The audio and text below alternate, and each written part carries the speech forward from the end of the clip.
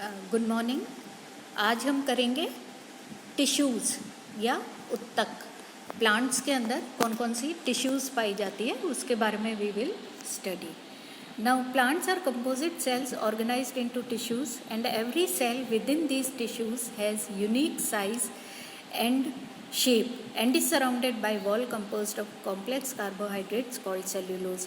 पौधों के अंदर कई तरह की कोशिकाएं पाई जाती हैं और वो कोशिकाएं मिलके अलग अलग तरह की उत्तक का निर्माण करती हैं, अलग अलग तरह की टिश्यूज़ बनाती है। अगर हम एवरी सेल विद इन, अगर हम हर टिश्यू की सेल्स को देखें, हर टिश्यू की जो सेल्स होती है, अलग अलग तरह की टिश्यूज़ की जो सेल्स होती है उनकी शेप भी अलग होती है, उनकी साइज़ भी अलग होती है और सभी सेल्स जो होती है दे आर, उनके चारों ओर जो वॉल होती है, जो भित्ति होती है, वो कॉम्प्लेक्स कार्बोहाइड्रेट्स की बनी होती है जो कि सेल्यूलोज होता है। Plant cells are attached to each other by glue like substance called pectin that cements them together. और ये सारी की सारी सेल्स, चाहे कोई सी भी टिश्यू हो, एक दूसरे से आपस में चिपकी हुई रहती है। एक चिपचिपा पदार्थ होता है जिसको कि पेक्टिन कहते हैं। All plant tissues originate in meristems, which are unique tissues of the plant body, and they are sites of and they are all plants and they are sites of new cell production and the genetic events necessary for cellular specialization. Meristems can be categorized into by their locations: apical meristems, which are composed of group of cells dividing at the tips of shoots और roots. Now जो plant के tissues होती हैं, जितने भी tissues हैं वो meristematic cell से ओरिजिनेट होती है। मेरिस्टेमेटिक सेल्स की ये खासियत होती है कि जो मेरिस्टेमेटिक सेल्स होती हैं दे आर लिविंग सेल्स होती हैं, लिविंग तो होती है plus they are in continuous state of division. वो हमेशा हर वक्त वो सेल्स जो होती हैं वो डिवाइड करती रहती हैं। एंड दीज मेरिस्टेमेटिक सेल्स ये प्लांट के अंदर अलग अलग स्थानों पर, लोकेशंस पर पाई जाती हैं and depending on their location, plant के अंदर वो किस जगह पाई जाती है उसके अनुसार इनका नाम होता है। जैसे कि एपिकल मेरिस्टेम जो होती है वो नाम बता रहा है, it is found on apex of shoots and roots. Shoots या ब्रांचेस के अपेक्स पर, उनकी टिप्स पर पाई जाती है, रूट्स की टिप्स पर पाई जाती है। When meristematic cells are produced by apical meristem they begin elongating, they are classified as primary meristems. वो जो meristematic cells apical meristematic tissue से डेवलप होती हैं उनको प्राइमरी मेरिस्टेमेटिक सेल्स कहते हैं। जो प्राइमरी मेरिस्टेमेटिक सेल्स जो होती हैं वो 3 तरह की होती है: protoderm, ground meristem and procambium. Protoderm, ground meristem और प्रोकैम्बियम 3 तरह की प्राइमरी मेरिस्टेमेटिक सेल्स होती हैं। Primary meristematic cells stop dividing and begin differentiating जब प्राइमरी, ये जितनी भी प्राइमरी मेरिस्टेमेटिक सेल्स होती हैं दे स्टॉप डिवाइडिंग, थोड़े समय तक तो ये डिवाइड करती है, देन आफ्टर दैट टाइम ये अपना, इनके अंदर जो डिवीजन होता है उसकी वो डिवाइड करना रुक जाता है और उसके बाद में ये डिफरेंशिएट होने लग जाता है and there classification it changes. और फिर उसके बाद में वो एक बार प्राइमरी मेरिस्टेमेटिक सेल्स डिवाइड करने के बाद में डिफरेंशिएट कर जाती हैं, मतलब अलग अलग तरह के टिश्यूज़ का फॉर्मेशन कर देती है। उसके बाद में उनको हम प्राइमरी टिश्यूज़ कहते हैं। डिफरेंशिएट हो जाएंगे, डिफरेंशिएट होने के बाद में क्या होता है कि दे स्टॉप डिवाइडिंग, वो डिवाइड नहीं करती और फिर उन प्राइमरी मेरिस्टेमेटिक सेल्स को हम प्राइमरी टिश्यूज़ कहते हैं। There are 4 primary tissues: epidermis derived from protoderm, ground tissue जो कि पेरेन्काइमा, स्क्लेरेन्काइमा, कोलेन्काइमा 3 तरह की होती है, derived from ground meristem, and 2 types of vascular tissues, xylem and phloem derived from procambium. Now ये जो प्राइमरी टिश्यूज़ होती हैं वो 4 तरह की होती हैं। एपिडर्मिस पहली होती है, एपिडर्मिस। एपिडर्मल जो सेल्स होती हैं वो प्रोटोडर्म से डिराइव होती हैं। Then second is ground tissue. Ground tissue जैसा नाम बता रहा है वो ग्राउंड मेरिस्टेम से डिराइव होती है। ग्राउंड टिश्यू की जो सेल्स होती हैं वो 3 तरह की होती है: parenchyma, collenchyma and sclerenchyma. And second is and फिर उसके बाद में है वेस्कुलर टिश्यू। वेस्कुलर टिश्यू जो होती है वो दो तरह की होती है, जाइलम एंड फ्लोएम, और ये वेस्कुलर टिश्यू जो होती है वो प्रोकैम्बियम से डिराइव होते हैं। Primary tissues have specific positions in plant body and specific functions. जो प्राइमरी टिश्यूज होती है इनकी प्लांट के अंदर एक अपना निर्धारित स्थान होता है और इनका निर्धारित फंक्शन भी होता है। As the organs of plant body age, the stem and roots often grow wider. Growth in width is called secondary growth या lateral growth which is initiated by secondary meristem. जैसे जैसे प्लांट की as बढ़ती है, उम्र बढ़ती है, वैसे वैसे हम देखते हैं ना, जैसे जैसे प्लांट की एज बढ़ती है वैसे वैसे उसका तना मोटा होता है, उसकी जड़ें मोटी होती है, उसके सारे ऑर्गन्स जो होते हैं वो साइज में बड़े होते हैं।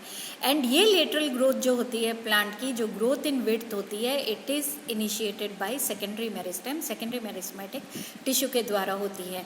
There are two types of secondary meristems, the vascular cambium and cork cambium. दो तरह के सेकेंडरी मेरिस्टेम्स प्लांट के अंदर पाए जाते हैं, वेस्कुलर कैम्बियम और cork cambium. The vascular cambium is located near the outside of stem and roots. Vascular cambium जो होता है वो स्टेम और तने के बाहर की तरफ लोकेटेड होता है। Its function is to produce new cells and become part of secondary xylem and secondary phloem. Vascular cambium का फंक्शन होता है, ये सेकेंडरी ग्रोथ के अंदर मदद करता है। और ये वेस्कुलर कैम्बियम इनिशियली तो जब प्राइमरी स्टेज में होता है तब ये वेस्कुलर कैम्बियम की सेल्स डिवाइड करके इनिशियली तो जाइलम एंड फ्लोएम बनाती है, एंड जब बाद में जैसे जैसे प्लांट की एज बढ़ती है वैसे वैसे उसमें सेकेंडरी ग्रोथ होती है, और जब सेकेंडरी ग्रोथ होती है तब प्लांट के अंदर जो वेस्कुलर कैम्बियम होता है उसकी कोशिकाएं डिवाइड करके सेकेंडरी जाइलम और सेकेंडरी फ्लोएम का निर्माण करती है, जो कि सेकेंडरी ग्रोथ के अंदर मदद करती है। The cork cambium is located near the outer edge of older stems and roots and it produces periderm which is a part of the bark. Cork cambium जो होता है वो जड़ और तने के बाह्य एज पर, बाह्य बाउंड्री की तरफ लोकेटेड होता है, और ये पेरिडर्म का निर्माण करता है जो कि एक बार्क का हिस्सा होती है। बार्क होती है ना, मोटा मोटा सा डेड टिश्यू जो इसके ऊपर पाई जाती है, स्टेम एंड रूट के ऊपर, उसको बोलते हैं बार्क, स्टेम के ऊपर। The concept of tissue system. In 1875, German scientist Julius von Sachs introduced tissue system. Tissue system सबसे पहले J.V. Sachs ने introduce किया था 1875 में. A tissue system is composed of tissues with a common position and function. The plant body has three tissue systems: dermal, ground and vascular tissue system. Now plant के अंदर तीन तरह का tissue system पाया जाता है. Dermal tissue system जो बाहर स्किन का निर्माण करता है, ग्राउंड टिश्यू सिस्टम जो कि सेंट्रल सिलेंडर का निर्माण करता है, वेस्कुलर टिश्यू सिस्टम जो कि अंदर उसकी कंडक्टिंग टिश्यू वगैरह का निर्माण करता है, सेंट्रल पिथ वगैरह उसका निर्माण करता है। The dermal tissue forms the outer and protective covering of the plant. जैसा नाम बता रहा है, डर्मल टिश्यू सिस्टम प्लांट के बाह्य कवरिंग का निर्माण करता है। In young plants the dermal tissue system consist of epidermis tissue and in some plant and plant organs the epidermis remains intact. जो डर्मल टिश्यू सिस्टम है उसके अंदर एपिडर्मल टिश्यू आती है, एंड एपिडर्मिस जो होती है वो एपिडर्मिस सबसे आउटर मोस्ट लेयर होती है किसी भी प्लांट की, एंड ये प्रोटेक्ट करती है इनर जो डेलिकेट सेल्स होती हैं उनको प्रोटेक्ट करती है एपिडर्मल सेल्स। ये देखो, ये चार्ट है प्लांट टिश्यू सिस्टम का, इसके अंदर तीन तरह की टिश्यू सिस्टम है, dermal, ground and vascular. Dermal के अंदर दो टिश्यूज आती हैं, एपिडर्मिस एंड पेरिडर्म। एपिडर्मिस जो होती है इसका कौन सी प्रोटोडर्म से ये ओरिजिनेट होती है, एंड ये प्राइमरी इन नेचर होती है। इसका फंक्शन होता है protect the pathogen entry and inhibit water loss. इसके एपिडर्मिस के ऊपर क्यूटिकल एक वैक्सी कोटिंग होती है जिसके कारण कि एपिडर्मिस के अंदर स्टोमेटा पाए जाते हैं, अपर एपिडर्मिस के अंदर, लोअर में भी स्टोमेटा पाए जाते हैं, एंड इन स्टोमेटा के थ्रू वाटर लॉस होता है, गैसेस एक्सचेंज होता है, तो उस वाटर लॉस को रोकता है क्यूटिकल की कवरिंग के द्वारा ये एपिडर्मल लेयर। देन पेरिडर्म होता है जिस प्रोटेक्ट्स द पैथोजन की एंट्री को प्रोटेक्ट करता है, inhibit water loss. Then second है ground tissue system. Ground tissue system के अंदर पैरेन्काइमा, कोलेन्काइमा, स्क्लेरेन्काइमा जो हम बाद में पढ़ेंगे। देन वेस्कुलर जिसके अंदर की जाइलम एंड फ्लोएम आता है, ठीक है। Now this ground tissue system, now जो ग्राउंड टिश्यू सिस्टम है इसके अंदर पैरेन्काइमा, कोलेनकाइमा एंड स्क्लेरेन्काइमा आता है, और ये तीनों की तीनों ground tissue system ground meristem से डिराइव होती है। They are both primary and secondary, इनका जो ओरिजिन होता है प्राइमरी और सेकेंडरी दोनों नेचर का होता है ये। एंड इनका फंक्शन होता है, जैसे पैरेन्काइमेटस सेल्स है, इनका फंक्शन होता है they store food products, water, और ये कुछ पैरेन्काइमेटस सेल्स फोटोसिंथेसिस के अंदर हेल्प करती है एंड अदर बेसिक प्रोसेसेस जो प्लांट के होते हैं उसके अंदर हेल्प करती है। कोलेनकाइमेटस जो सेल्स होती हैं वो सपोर्ट प्रोवाइड करती है टू लीव्स, थोड़ी हार्ड होती हैं ये, they provide support to leaf and young stems. And sclerenchyma, these are they provide mechanical strength to the plant body. ये जो स्क्लेरेन्काइमा होती है ये प्लांट के अंदर, स्क्लेरेन्काइमा के अंदर फाइबर्स पाए जाते हैं एंड इसकी जो सेल वॉल्स होती हैं लिग्निफाइड होती हैं। तो ये क्या मैकेनिकल स्ट्रेंथ, जैसे कि पौधे को तेज़ हवा आती है तो भी वो हिलता डुलता है लेकिन टूटता नहीं है, तो उसको जो मैकेनिकल स्ट्रेंथ है वो स्क्लेरेन्काइमेटस टिश्यू के द्वारा प्रोवाइड होती है। देन फिर जाइलम और फ्लोएम जो है ये दोनों कंडक्टिंग टिश्यूज़ हैं। ये प्लांट के अंदर मूवमेंट कंट्रोल करती है, movement of water, xylem from root to stem, और फ्लोएम जो है वो prepared food material throughout the plant body, इसके अंदर ये मदद प्रोवाइड करता है फ्लोएम।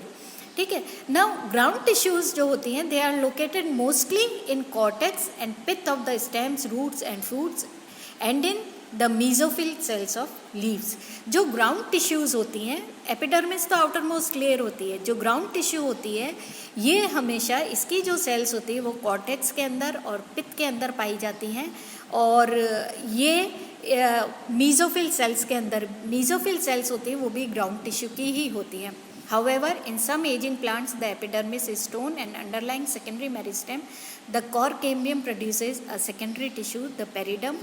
कभी कभी क्या होता है कुछ प्लांट्स के अंदर जो होता है एपिडर्मिस टोन आउट हो जाती है, फट जाती है, और जब ये एपिडर्मिस फट जाती है तो इसके नीचे से सेकेंडरी मेरिस्टेमेटिक टिश्यू बाहर निकलती है जिसको कि कॉर कैम्बियम कहते हैं या इसको पेरिडर्म भी कहते हैं। और ये पेरिडर्म जो होती है इसके अगर हम संरचना देखें तो स्टैक्स ऑफ सेल्स होती हैं, एक के ऊपर एक सेल्स की परत होती है, और इन सेल्स के ऊपर वैक्सी सेल वॉल्स होती है, एंड वैक्सी सेल वॉल के कारण क्या होता है ये वाटर लॉस को प्रिवेंट करती है, दूसरे कोई भी गैसेस एक्सचेंज को प्रिवेंट करती है ये।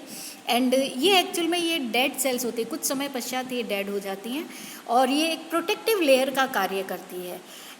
Although both epidermis and periderm occupy the same outer position and perform the same protective functions, they are derived from, चाहे एपिडर्मिस और पेरिडर्म ये दोनों चाहे ये सेम इनकी जो पोजीशन होती हैं ये इनकी आउटर पोजीशन होती है, लेकिन इनका कार्य सेम प्रोटेक्टिव फंक्शन होता है, अंदर के टिश्यूज़ को प्रोटेक्ट करना होता है, और ये अलग अलग मेरिस्टेम से डिराइव होती है। इनकी जो मदर मेरिस्टेमेटिक टिश्यू होती है, पेरेंट जो टिश्यू होती है वो that is different. Ground tissue system consist of tissues that are produced from ground meristem, one of the primary meristem, and it is responsible for functions of photosynthesis, storage of food, and comprises of following tissues: parenchyma, collenchyma, sclerenchyma. जबकि vascular tissue system it is composed of water mineral conducting tissues, xylem, phloem इनसे बनी होती है। Primary vascular tissues are produced from primary meristem and secondary vascular tissues they are produced from vascular cambium. Vascular cambium से secondary meristematic tissue जो बनती है, secondary vascular tissues xylem, secondary phloem बनता है, और प्राइमरी वेस्कुलर टिश्यू जो है वो प्राइमरी मेरिस्टेमेटिक सेल से बनती है। ग्राउंड टिश्यू जो है वो ग्राउंड मेरिस्टेमेटिक सेल से बनती है। ठीक है, ओके, आज के लिए दिस मच।